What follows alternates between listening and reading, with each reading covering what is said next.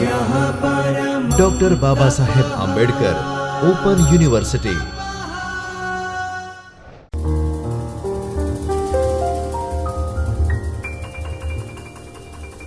નમસ્કાર વિદ્યાર્થી મિત્રો, ડૉક્ટર બાબા સાહેબ આંબેડકર ઓપન યુનિવર્સિટીના ચેતનનો સ્ટુડિયોમાંથી હું Rohit Parmar, department of library અને ઇન્ફોર્મેશન સાયન્સ તરફથી આપ સૌનું હાર્દિક સ્વાગત કરું છું. આપણે આજે માસ્ટર ઓફ લાઇબ્રેરી અને ઇન્ફોર્મેશન સાયન્સના પેપર નંબર ML2-103ના યુનિટ નંબર 1 એકત્ર કરવા, સંગ્રહ કરવા, પ્રક્રિયા કરવા, પુનઃપ્રાપ્ત કરવા, જનરેટ કરવા અને ટ્રાન્સમિટ કરવા માટે વપરાતા ડિજિટલ અને ભૌતિક સંસાધનોનું સંકલન છે. આ બધું ICTના ઘટકોના વિકાસથી શક્ય બન્યું છે. તેમાં કોમ્પ્યુટર ટેકનોલોજી એક છે. આ એકમમાં આપણે માહિતી પ્રૌદ્યોગિકીમાં સમાવિષ્ટ ઘટકો, કોમ્પ્યુટરની વિવિધ પેઢીની માહિતી અને તેના લક્ષણો, કોમ્પ્યુટર સંરચના, પ્રોસેસર અને સંગ્રહ ટેકનોલોજીનો વિકાસ અને આજે ઉપલબ્ધ વિવિધ ઇનપુટ આઉટપુટ ઉપકરણો વિશે જાણકારી મેળવીશું. કોમ્પ્યુટર જનરેશનની વાત કરીએ તો કોમ્પ્યુટર જનરેશનમાં કોમ્પ્યુટરના ઇતિહાસની વાત કરીએ તો સૌપ્રથમ ગણતરી કરવા માટે અબાકસ નામના સાધનનો ઉપયોગ સરવાળા, બાદબાકી, ભાગાકાર, ગુણાકાર, વર્ગમૂળ અને ઘનમૂળ શોધવા માટે થતો હતો. ચાર્લ્સ બબેજે વર્ષ 1822માં ડિફરન્સ એન્જિન અને વર્ષ 1837માં એનાલિટિક એન્જિનની રચના કરી હતી, જે કોમ્પ્યુટરના નિર્માણ માટે ઉપયોગી નીવડી હતી. કોમ્પ્યુટરની વિવિધ પેઢીના ઘટનાક્રમ અને દરેકના ખાસ લક્ષણો વિશે વાત કરીએ તો સૌપ્રથમ 1940થી વર્તમાન સમય સુધી કોમ્પ્યુટર વૈજ્ઞાનિકો કોમ્પ્યુટર પ્રૌદ્યોગિકીના વિકાસના તબક્કાઓ ઓળખવા સક્ષમ બન્યા છે. વિકાસના દરેક તબક્કાઓ સાથે યાંત્રિક ખામી સંભવી હતી, જેના પરિણામે સૌપ્રથમ કોમ્પ્યુટર જૂનું પ્રૌદ્યોગિકીના આધારે તૈયાર થયા હતા. ત્યારબાદ યંત્રના નવા સ્વરૂપમાં પરિવર્તન પામી. ટૂંકમાં આવી રીતે કોમ્પ્યુટર યંત્ર ઉત્ક્રાંતિ બાદ 5 તબક્કામાં વિકાસ પામ્યા છે, જે તમે ચાર્ટમાં જોઈ શકો છો. પ્રથમ પેઢીની ચર્ચા કરીએ તો પ્રથમ પેઢીની શરૂઆત 1940ના અંતમાં અને 1950ની શરૂઆતથી માનવામાં આવે છે. આ પેઢીના કોમ્પ્યુટરની બનાવટમાં સ્વિચિંગ ડિવાઇસ તરીકે વેક્યુમ ટ્યુબ અને ડેટા સ્ટોર કરવા માટે પંચ કાર્ડનો ઉપયોગ થતો હતો.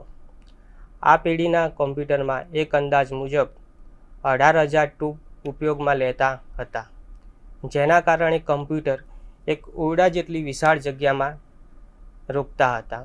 આ કોમ્પ્યુટરની ઝડપ મિલિસેકન્ડમાં માપવામાં આવતી હતી અને તેમાં મોટા પ્રમાણમાં વીજ શક્તિ ખર્ચાતી હતી, તેમજ મોટા પ્રમાણમાં ગરમી ઉત્પન્ન થતી હતી.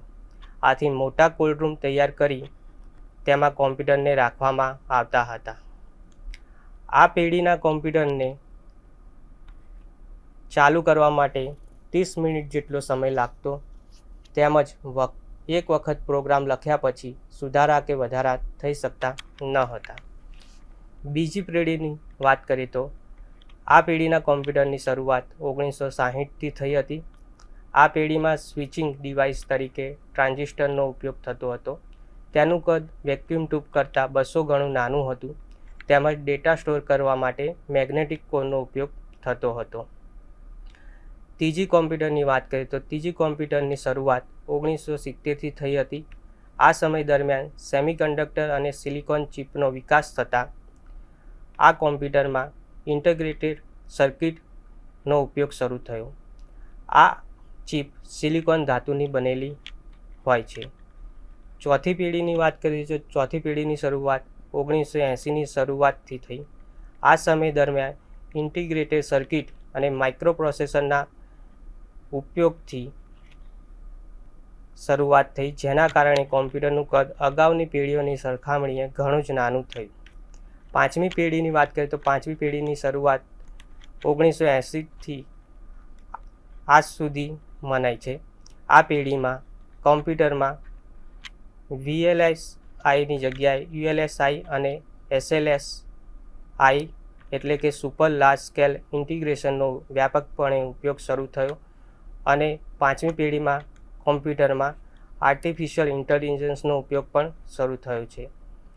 આ પેઢીના કોમ્પ્યુટરમાં સ્ટોરેજ ડિવાઇસ તરીકે ઓપ્ટિકલ ડિસ્કનો ઉપયોગ થાય છે.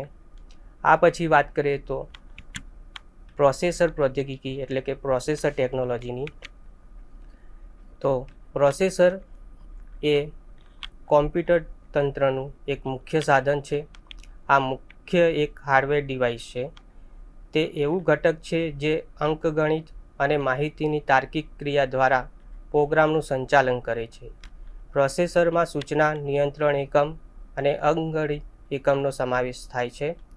પરંપરાગત તંત્રમાં માત્ર એક જ તંત્ર હોય છે જેમાં કેન્દ્રીય પ્રક્રિયા એકમ અથવા વિશાળ સ્થળ સંકલનના વિકાસને CPU તરીકે ઓળખવામાં આવે છે.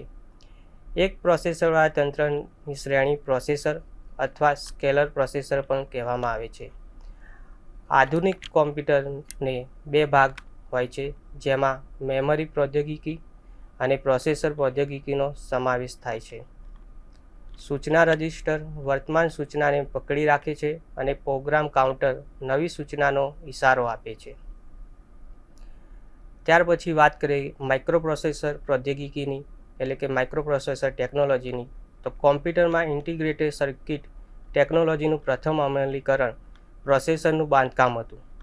પ્રથમ માઇક્રોપ્રોસેસરને વિકસિત કરવાનો શ્રેય ઇન્ટેલને જાય છે.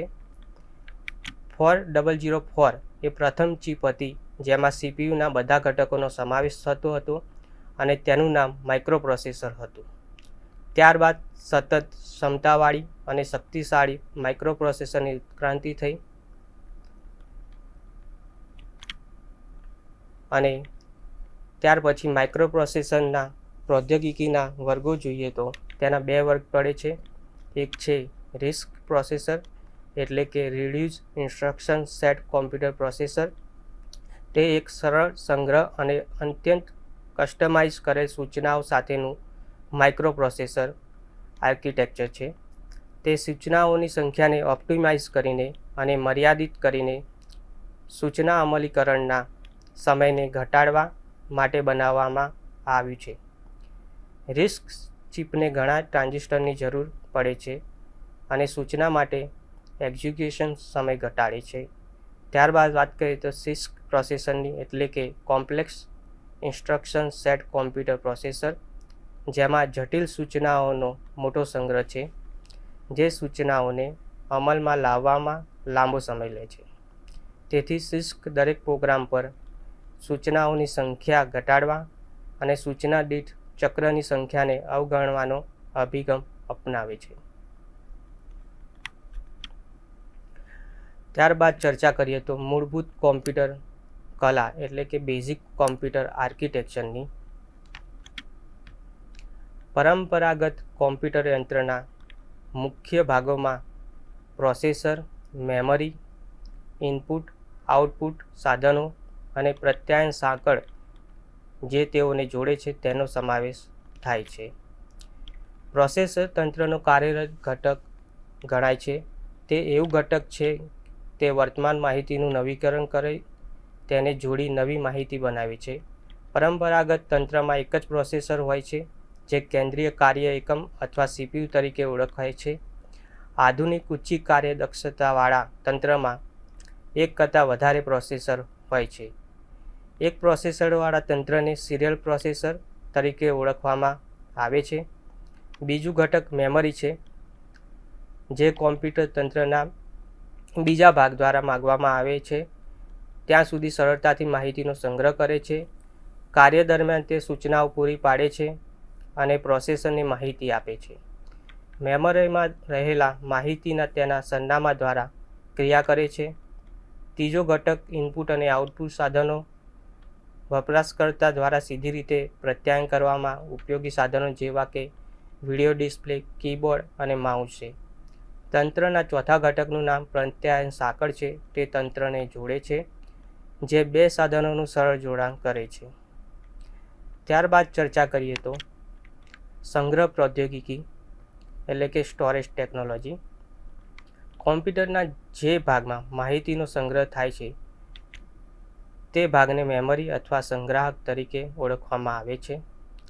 મેમરી પ્રોસેસ દરમિયાન ડેટા અને આદેશોનો સંગ્રહ કરે છે. મેમરીના મુખ્ય બે પ્રકાર છે. મેમરીની વાત કરીએ તો તેમાં રેમ અને રોમનો ઉપયોગ થાય છે. રેમ એ જ્યાં કોમ્પ્યુટર ચાલુ સમયે વપરાતી ઓપરેટિંગ સિસ્ટમ, એપ્લિકેશન સોફ્ટવેર અને ડેટા રાખવામાં આવે છે.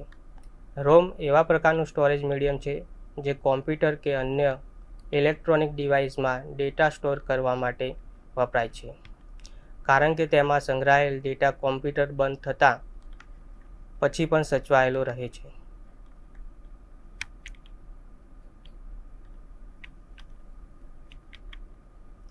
ત્યારબાદ સેકન્ડરી મેમરીની વાત કરીએ તો તેમાં મૂળભૂત રીતે મેગ્નેટિક ડિસ્ક અને ઓપ્ટિકલ ડિસ્કનો સમાવેશ થાય છે.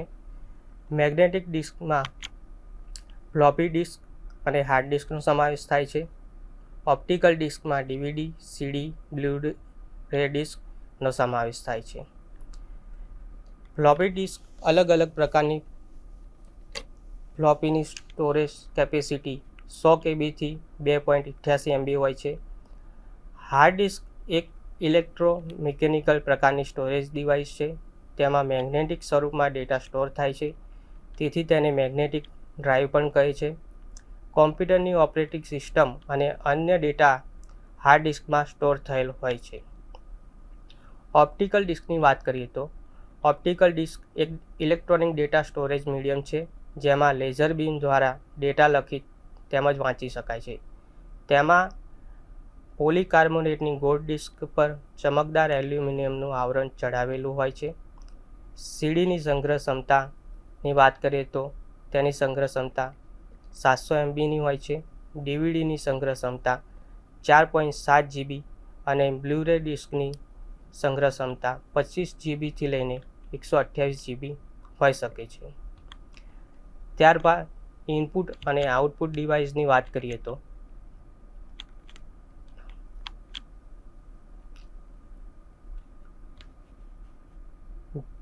જે કામને સંપૂર્ણ રીતે કોમ્પ્યુટરના ઉપયોગ વડે પૂર્ણ કરવા કોઈએ હુકમ, સૂચના અથવા માહિતીનો પ્રવેશ કરાવી કોમ્પ્યુટરને સૂચન કરવાની સ્થિતિમાં લાવવા વિવિધ સાધનોનો ઉપયોગ થાય છે, જે ઇનપુટ અથવા આઉટપુટ ડિવાઇસ તરીકે ઓળખાય છે.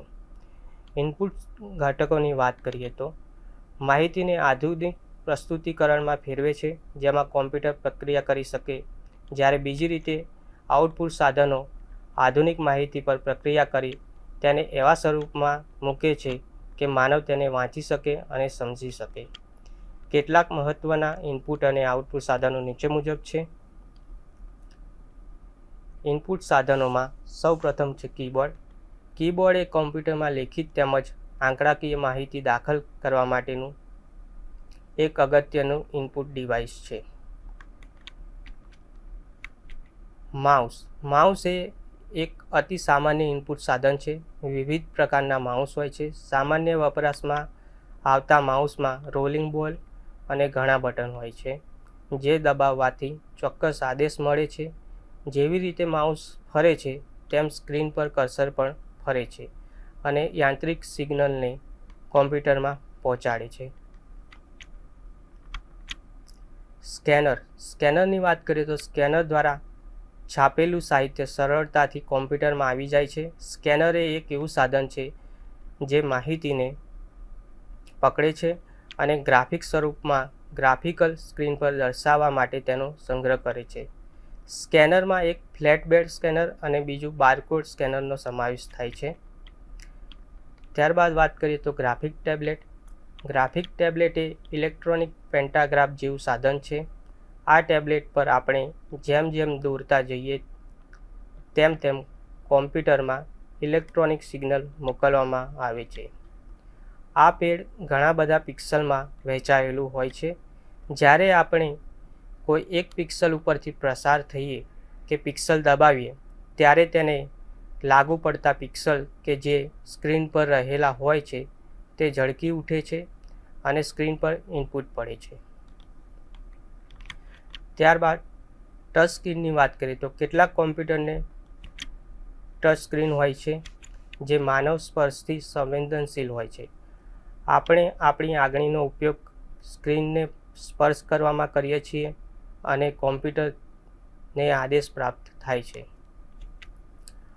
અવાજ ઇનપુટ એટલે કે વોઇસ ડિવાઇસની વાત કરીએ તો લોકો માત્ર ચોક્કસ ગતિએ લખી શકે છે જે કોમ્પ્યુટરની કાર્ય કરવાની ગતિને મળતી નથી, અથવા જે લોકો લખાણ ટાઈપ કઈ રીતે કરવું તે જાણતા નથી તેવા લોકો માટે આ કોમ્પ્યુટરને ઝડપી અને સરળ બનાવવા વોઇસ ઇનપુટનો ઉપયોગ થાય છે. ત્યારબાદ ડિજિટલ કેમેરાની વાત કરીએ તો ઇમેજ કેમેરાની મેમરીમાં ડિજિટલ સ્વરૂપે સેવ થાય છે અને ત્યારબાદ કોમ્પ્યુટરની ગ્રાફિક પ્રોગ્રામમાં લોડેડ થાય છે. ત્યાં કોઈ પણ સુધારો થઈ શકે છે અને પ્રિન્ટ કરી શકે છે. આ રીતે ડિજિટલ કેમેરા કોમ્પ્યુટરમાં ઇનપુટ સાધન તરીકે કાર્ય કરે છે. મેગ્નેટિક ઇન્ક કેરેક્ટર રિકોગ્નાઇઝેશન ચુંબકીય શાઈ અક્ષરોની ઓળખ એ અક્ષર વાંચવાની પ્રક્રિયા છે જે ચુંબકીય શાઈમાં છાપેલા હોય છે. સાધનો સામાન્ય રીતે બેન્કિંગ ઉદ્યોગ દ્વારા ચેક્સ પર રહેલા ખાતા નંબર સીધી રીતે વાંચવા અને જરૂરી પ્રક્રિયા કરવા વપરાય છે. આ સાધનો ઝડપી અને ભૂલરહિત હોય છે.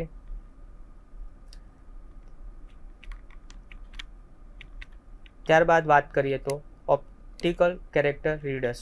ઓપ્ટિકલ અક્ષર વાંચન OCRનો ડેટા ઇનપુટ કરવાના સાધન તરીકે ઉપયોગ થાય છે જે છાપેલા અથવા લખેલા અક્ષરોને સ્કેનિંગ પ્રક્રિયા દ્વારા ઓળખી શકે છે.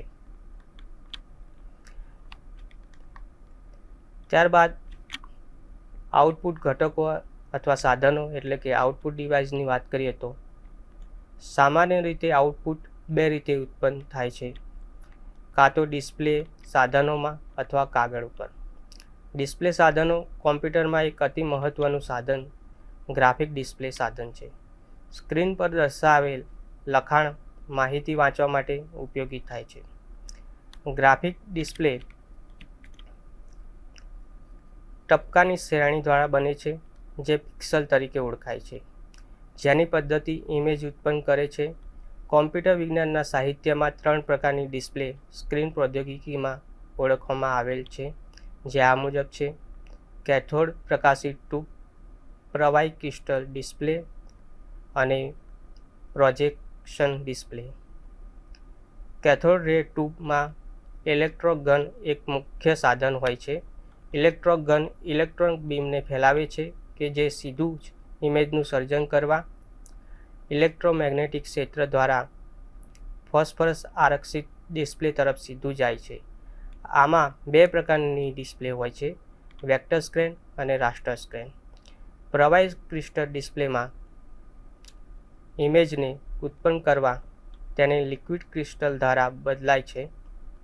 લિક્વિડ ક્રિસ્ટલ ડિસ્પ્લે સામાન્ય રીતે ફેરવી શકાય છે તેવા સાધનોમાં વપરાય છે જેમાં ઓછી ઉર્જાની જરૂર પડે છે.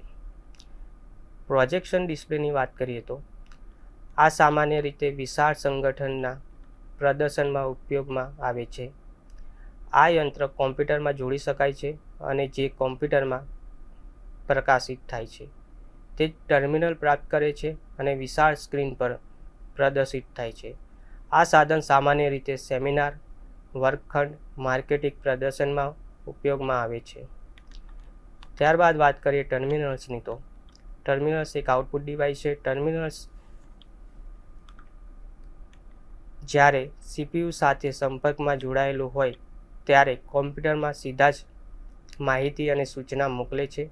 ટર્મિનલ્સના 2 પ્રકારે સંગઠિત થાય છે, જેના હાર્ડ કોપી ટર્મિનલ્સ અને સોફ્ટ કોપી ટર્મિનલ્સ છે.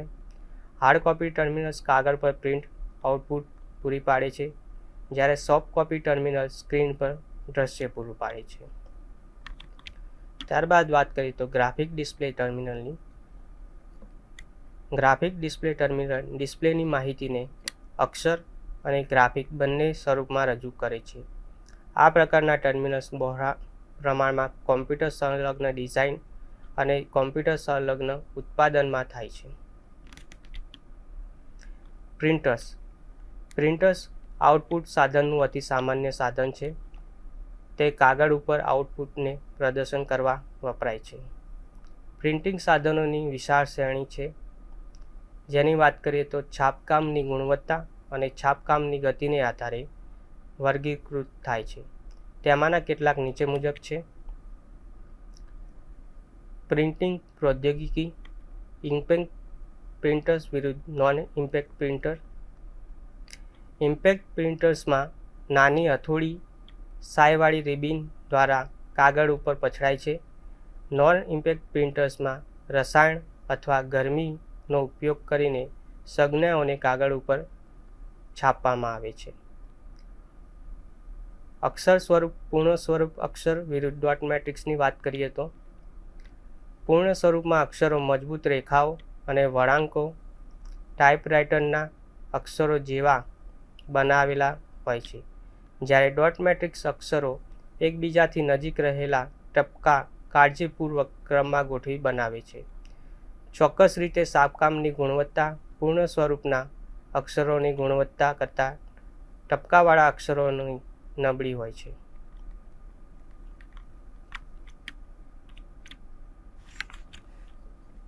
પ્રિન્ટિંગ અનુક્રમ, શ્રેણીબંધ અને લાઇન વિરુદ્ધ પાનુની વાત કરીએ તો આ પ્રિન્ટર તેની એક પ્રક્રિયા દ્વારા કેટલીક સંખ્યામાં માહિતી આઉટપુટ કરે છે તે દર્શાવે છે. શ્રેણીબંધ પ્રિન્ટિંગ અક્ષરો દ્વારા થાય છે, જ્યારે લાઇન પ્રિન્ટિંગનું સ્વરૂપ આખી લાઇનને એક સાથે છાપે છે. આ બાદ બીજા કોમ્પ્યુટર પ્રિન્ટર્સની વાત કરીએ તો ડોટ મેટ્રિક્સ પ્રિન્ટર્સ, જે પર્સનલ કોમ્પ્યુટર યંત્ર માટે ઉપયોગમાં આવતું એક પ્રખ્યાત પ્રિન્ટર છે. ડોટ મેટ્રિક્સ પ્રિન્ટર અન્ય પ્રિન્ટરોની સરખામણીએ સસ્તા હોય છે. ડોટ મેટ્રિક્સ પ્રિન્ટર ઇમ્પેક્ટ પ્રૌદ્યોગિકીનો ઉપયોગ કરે છે. ત્યારબાદ વાત કરીએ તો લેઝર પ્રિન્ટર્સ, તે સપાટી પર લેઝર બીમનું પરાવર્તન કરવાની પ્રક્રિયાથી પ્રિન્ટિંગ થાય છે. ડિજિટલ પ્લોટર્સ, ડિજિટલ પ્લોટર્સમાં ચિપ અને પીસીબી ડિઝાઇન, એન્જિનિયરિંગ અને આર્કિટેક્ચર જેવા કોમ્પ્યુટરકૃત ડિઝાઇન જેવા કાર્યો માટે ડિજિટલ પ્લોટર્સનો ઉપયોગ થાય છે.